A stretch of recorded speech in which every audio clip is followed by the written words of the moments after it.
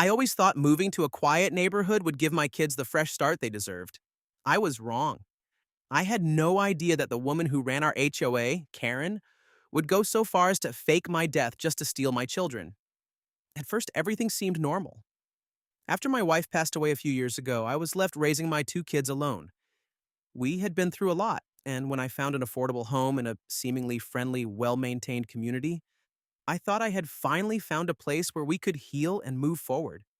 The house wasn't anything fancy, but it was ours, and it gave my children a backyard to play in and a safe neighborhood to grow up in.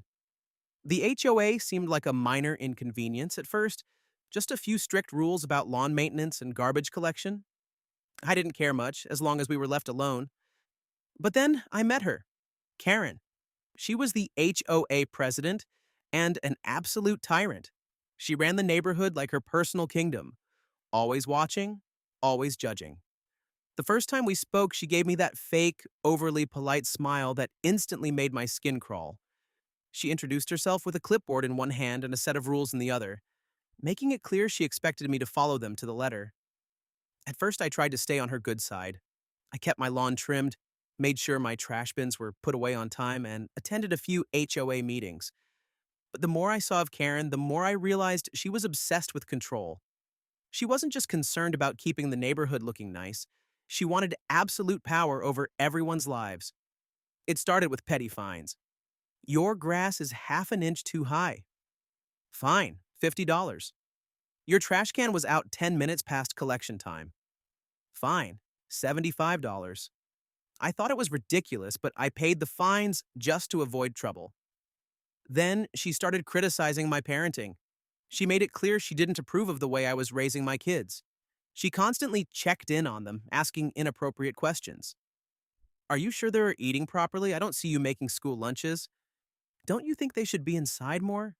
Kids running around unsupervised can be dangerous. It creeped me out. I was a good parent.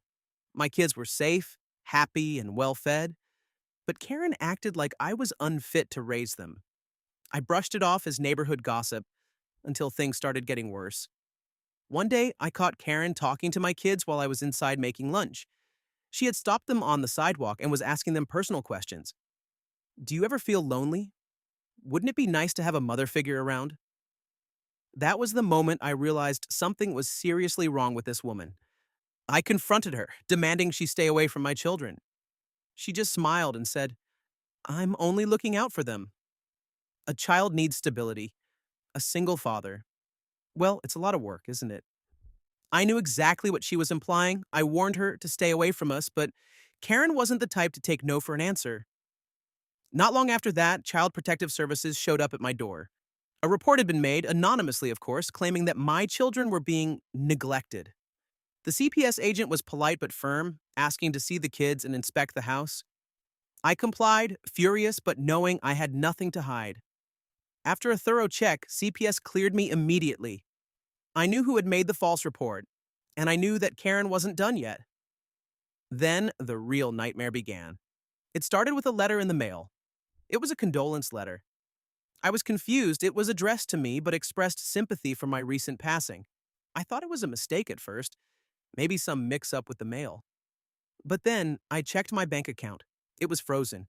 I called my bank, only to be told that someone had reported me as deceased. My utilities were also being shut off. I raced to the town clerk's office to find out what was happening. That's when I saw it. A death certificate went with my name on it. According to the official records, I had died 3 weeks ago. I felt my stomach drop as I stared at the document. My date of death had already been logged.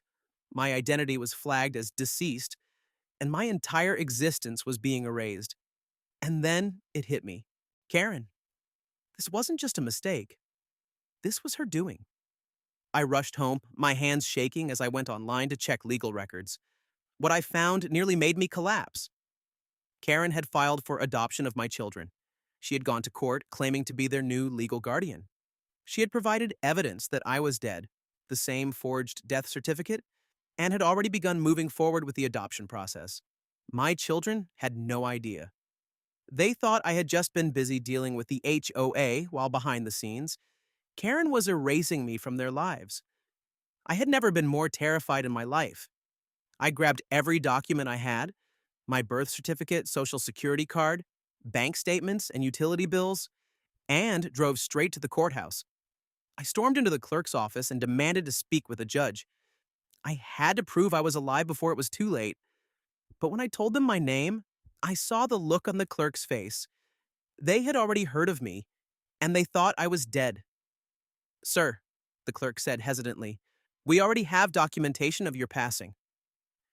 If you're claiming to be that person, then I'm afraid you'll have to prove it in court." I could barely comprehend what I was hearing. This wasn't just some prank or misunderstanding. This was identity theft on a level I had never imagined. And Karen was winning.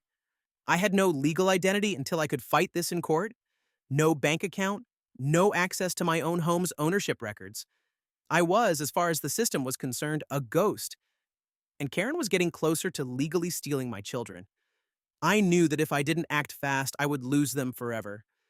But I wasn't going to let that happen. Not without a fight. I sat in the courthouse, gripping my documents so tightly my hands ached. The clerk had already made up their mind. I was legally dead. I wasn't sure how something like this could happen so easily, but I knew one thing for certain. Karen had planned this carefully. My stomach twisted at the thought of her sitting in some office, filing paperwork with a straight face, signing my name on my own death certificate. How long had she been planning this? How many government offices had she lied to, just so she could steal my kids?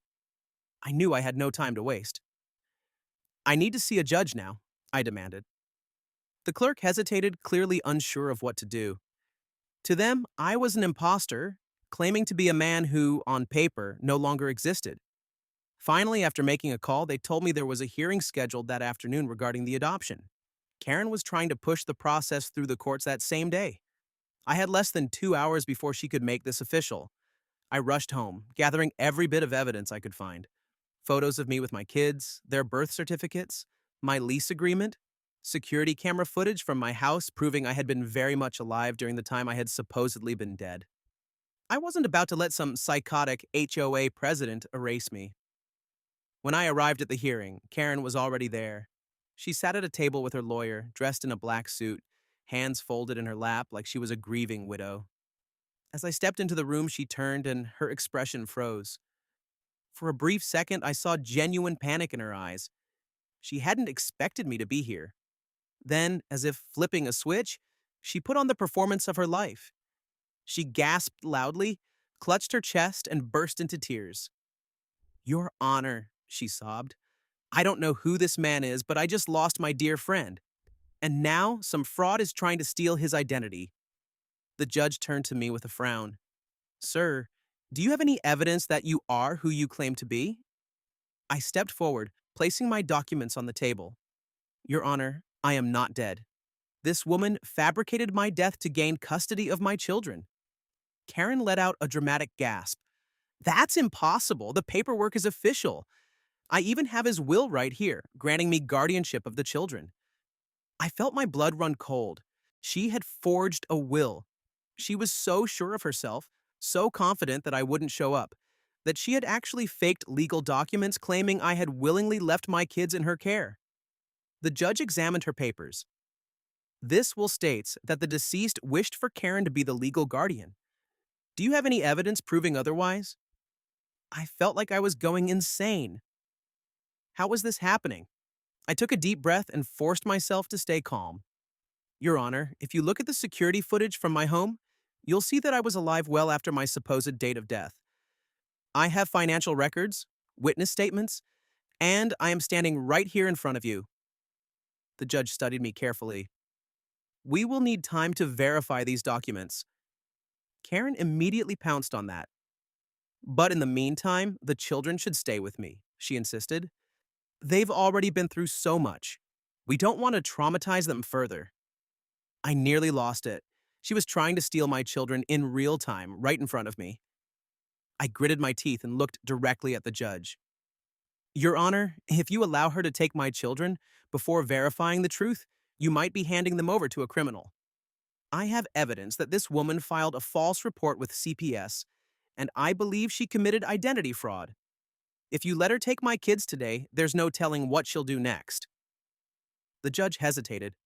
I could see them weighing both sides. Then Karen made her fatal mistake.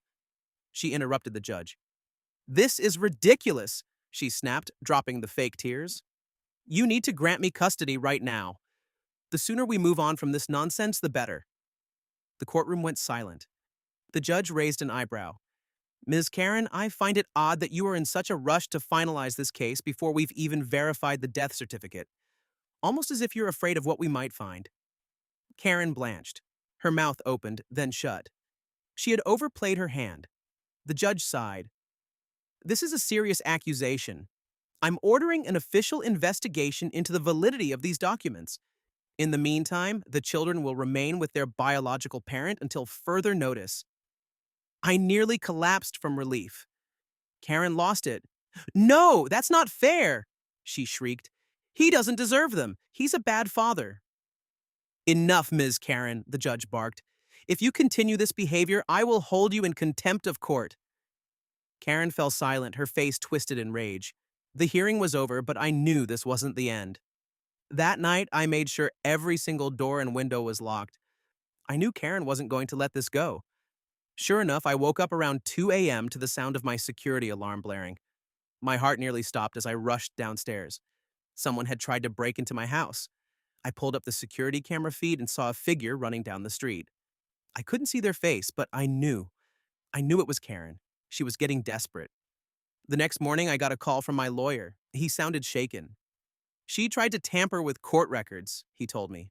"Someone caught her trying to alter your birth certificate in the county database.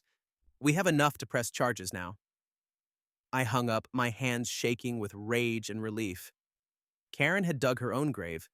She wasn't just going to lose custody of my kids. She was going to jail. I barely slept that night. My mind kept replaying everything. The forged death certificate, the courtroom showdown, and the break-in at my house. Karen had officially gone from a dangerous manipulator to a full-blown criminal. By morning, I knew I couldn't just sit back and wait for the court system to handle things. I needed to make sure she never got another chance to hurt my family. At 9 a.m. sharp, I met my lawyer at the county records office. He had already submitted a motion to halt any further legal action from Karen and presented evidence that she had tried to tamper with court documents. "The judge isn't happy," my lawyer said, shaking his head. "They're calling an emergency hearing. We need to be in court by noon." I exhaled. This was moving fast. Too fast for Karen to weasel her way out this time. Then my phone rang. It was the police. I answered, bracing myself. "Yeah? Sir, we need you to come down to the station," the officer said. "We've taken Karen into custody." I nearly dropped my phone. "What?" "She was caught trying to alter birth records in the county database," the officer explained. "Someone tipped us off, and we were able to detain her before she could finalize anything. We'd like you to come in and give a statement." I couldn't believe it. Karen had finally been caught. I grabbed my keys, told my lawyer I'd meet him at the courthouse later, and drove straight to the police station. When I walked in, I saw her. Karen was in a holding cell, her arms crossed, her face twisted in rage. She looked wild, her normally pristine appearance disheveled. The second she saw me, she exploded. "This is your fault," she shrieked, lunging toward the bars. "You did this to me. I was only trying to help those children, and you ruined everything." I stared at her, shaking my head. "You tried to erase me." My voice was calm, but my hands were shaking. "You tried to steal my kids." Karen scoffed. "They would have been better off with me. You're just some pathetic single dad who doesn't know what he's doing. I was giving them a better life." I clenched my fists. "You weren't giving them a better life. You were stealing them, lying to them, destroying their real family." Karen laughed bitterly. "Do you think this is over?" she spat. "You think you've won?" The officer standing nearby shook his head. "All right, that's enough," he said, stepping between us.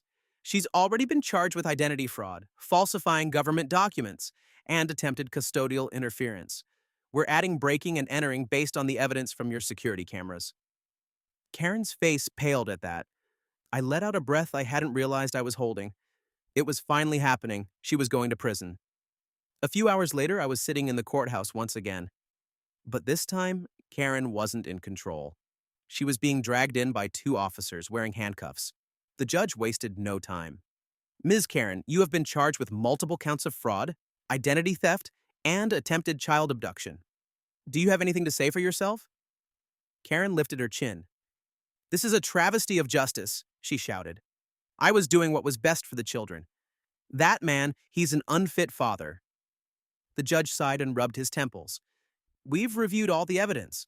The falsified death certificate, the fake will, the break-in. Miss Karen, you went to extreme lengths to manipulate the court system and deceive government officials. Your behavior is not only criminal but deeply disturbing. Karen's lawyer, looking completely defeated, weakly muttered, Your Honor, we have no further arguments. The judge nodded. This court finds the defendant, Karen, guilty of all charges. I let out a breath of relief. Karen screamed, No, you can't do this to me. I run this neighborhood. I run the HOA. She was cut off as the bailiffs grabbed her arms and started dragging her away. You'll regret this, she shrieked at me. I'll come back for them. You hear me? This isn't over. But for the first time in a long time, I knew she was wrong. It was over. A week later, I received the final sentencing details. Karen had been given 6 years in prison. She had tried to appeal, of course, but with all the evidence stacked against her, there was no chance. Even the HOA cut ties with her, stripping her of her position and banning her from any leadership roles. It was the final nail in the coffin. Karen had spent years controlling the neighborhood, meddling in people's lives, ruining families. And now, she had lost everything. For the first time in months, my kids and I could finally breathe. No more HOA harassment. No more court battles. No more looking over my shoulder. One night, as I tucked my daughter into bed, she looked up at me with wide eyes. Daddy, is she gone forever? I hesitated, then smiled softly. She's not coming back. I promise, and for the first time, I actually believed it. For the first time in months, I finally felt safe. Karen was behind bars, serving a well-earned prison sentence, and my kids and I could start rebuilding our lives. But if there was one thing I should have known by now, it was that Karen wasn't done yet. She had spent years controlling the neighborhood, forcing her will onto others, and now she had nothing. She had lost the HOA, lost her reputation, lost her freedom, and apparently she wasn't willing to accept that. Karen's final revenge attempt. It had been about 3 months since her sentencing. Life had gone back to normal, or at least as normal as it could be after everything we had been through. The community had moved on from her.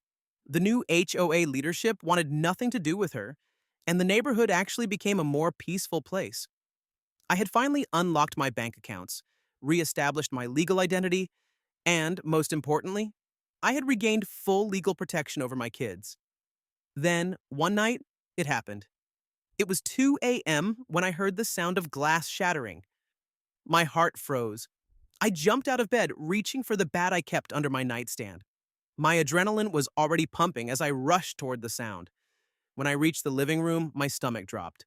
The front window was smashed in. The floor was covered in shards of glass, and in the middle of it all, a small object lay burning. A Molotov cocktail. I didn't think, I just acted. I grabbed the fire extinguisher from under the sink and sprayed the flames down before they could spread. Smoke filled the room, but the fire was out before it could destroy anything. But that wasn't what scared me the most. What scared me was who did it. I ran outside, scanning the yard. The street was empty, but my gut told me that whoever had done this was still nearby. And then I saw it. A car speeding away, disappearing into the night. But not before I caught a glimpse of the driver. Even in the dark, I could see her face. Karen. I called the police immediately. Within minutes, squad cars swarmed the street, their flashing lights illuminating the broken window and the scorch marks on my floor. An officer stepped out and approached me. Sir, are you all right? I nodded, still shaken. It was Karen. She's supposed to be in prison, but I saw her. She just tried to set my house on fire. The officer's face tightened. That's impossible. But before I could argue, his radio crackled. We have a situation, a voice said on the other end. Prisoner escaped during transport. I felt like I had been punched in the gut. Karen had escaped. She had gotten out of prison. And the first thing she did was come after me. The officers immediately issued an alert for her vehicle.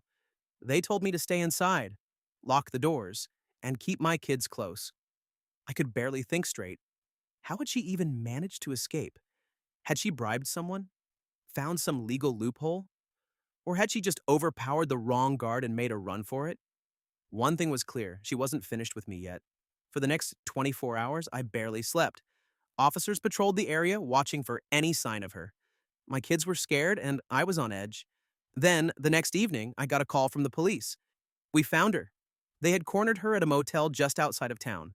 She had ditched her car, stolen another one, and had been trying to figure out her next move. When officers arrived, she tried to run. She made it about 2 blocks before they finally caught her. Karen's final arrest. The news footage from that night showed Karen screaming as officers tackled her to the ground. "You don't understand," she howled. "I was supposed to have those kids. They were mine." She kicked and thrashed, trying to fight them off, but it was over. Again, only this time, for good. She was dragged back into police custody, but after violating her parole and attempting arson, there was no way she was getting out again. Karen was officially sentenced to 15 years in federal prison. After Karen was gone for good, life finally started to feel normal again. The neighborhood was free from her control. No more random fines, no more harassment. The new HOA leadership actually cared about the community instead of trying to control it. But more importantly, my kids were safe. I didn't have to worry about losing them. One night, months after everything had settled, I was sitting on the porch watching the sun go down when my son came outside and sat next to me. "You okay, Dad?" he asked. I smiled and ruffled his hair. "Yeah, buddy, I am." He was quiet for a moment, then he said, "I'm glad she's gone. I never liked her." I let out a laugh. "Yeah, me neither." And for the first time in a long, long time, I felt peace. Karen was gone. For good.